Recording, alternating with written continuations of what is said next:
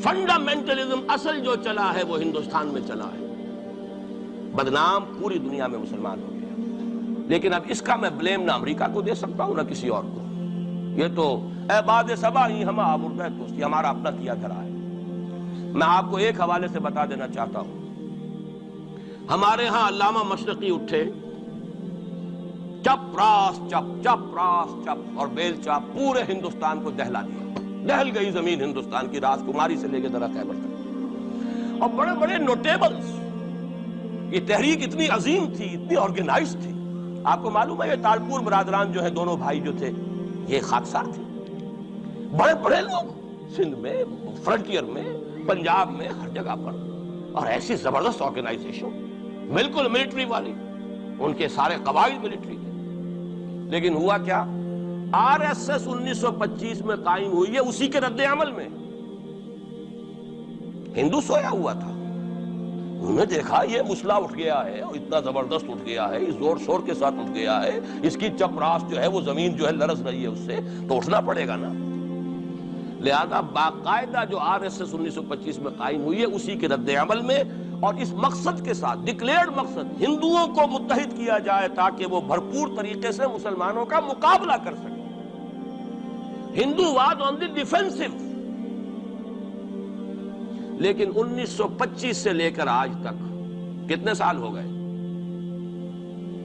67 برس تک ایک جماعت کا حوصلہ دیکھیے، اس کا ظرف دیکھیے، آج تک سیاست میں حصہ نہیں،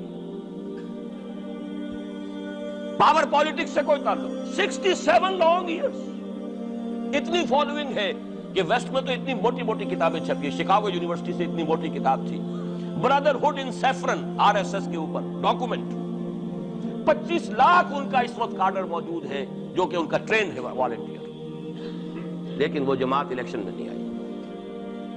کچھ اپنے اثر تحت کچھ اور لوگوں کو لڑو، اور آپ نے نام بھی نہیں سنا ہوگا، اس کے 3 امیر یا گرو جو ہیں گزر چکے ہیں، تیسرا ہے اس وقت۔ پہلا ڈاکٹر بالی رام ہیجواڑ، کسی نے نام سنا آج تک؟ کوئی پرسنل پبلسٹی کی کوشش کی، اس نے کام کیا۔ دوسرا مہادیو گولوالکر گرو جی، کسی نے نام بھی نہیں سنا ہوگا۔ اس وقت کون ہے؟ بالا صاحب دیورس۔ یہ 3 ان کی عمارتیں کہہ لیں یا جو بھی کہہ لیں، خلافتیں ہیں جو آئی ہیں، اور ایسا منظم نظام ہے، لیکن کہیں سیاست میں سے ہمارا فنڈامنٹلسٹ سیاست کے میدان میں آ کے زیرو ہو چکا۔ پہلے تو علامہ مشرقی اٹھے تھے، وہ تو ویسے ہی ایک جوش کے اندر آ کر ایک خاص جذباتی کیفیت میں اپنی موومنٹ ہی کو کال آف کر کے بیٹھ گئے۔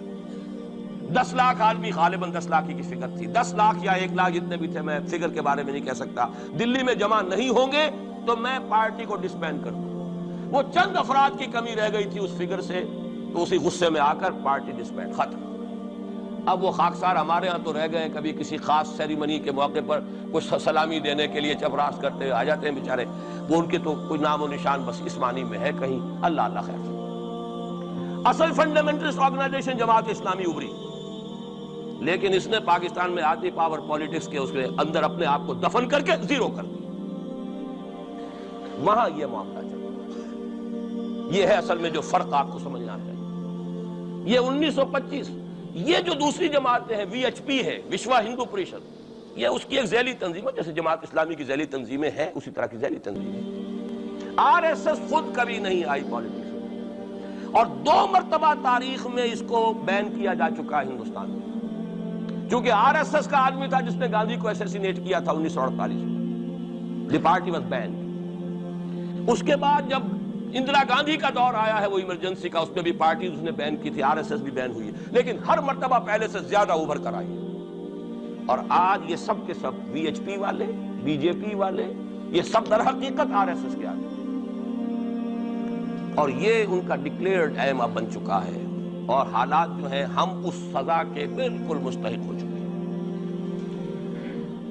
اسیاں سے کبھی ہم نے کنارہ نہ کیا، لیکن تیری رحمت نے گوارا نہ کیا۔ یہ تو ہو سکتا ہے اب بھی ہم اسی اللہ کی رحمت پر تو ادھار کھا سکتے ہیں، لیکن واقعہ یہ ہے کہ ہم اس سزا کے بالکل مجرم ہو چکے ہیں اور مستحق بن چکے ہیں، اور نظر یہ آ رہا ہے کہ اب حالات ہمارے لیے زیادہ سے زیادہ پیچیدہ سے پیچیدہ، مشکل سے مشکل، اور زیادہ سے زیادہ جو ہے گمبھیر ہوتے چلے جا رہے ہیں۔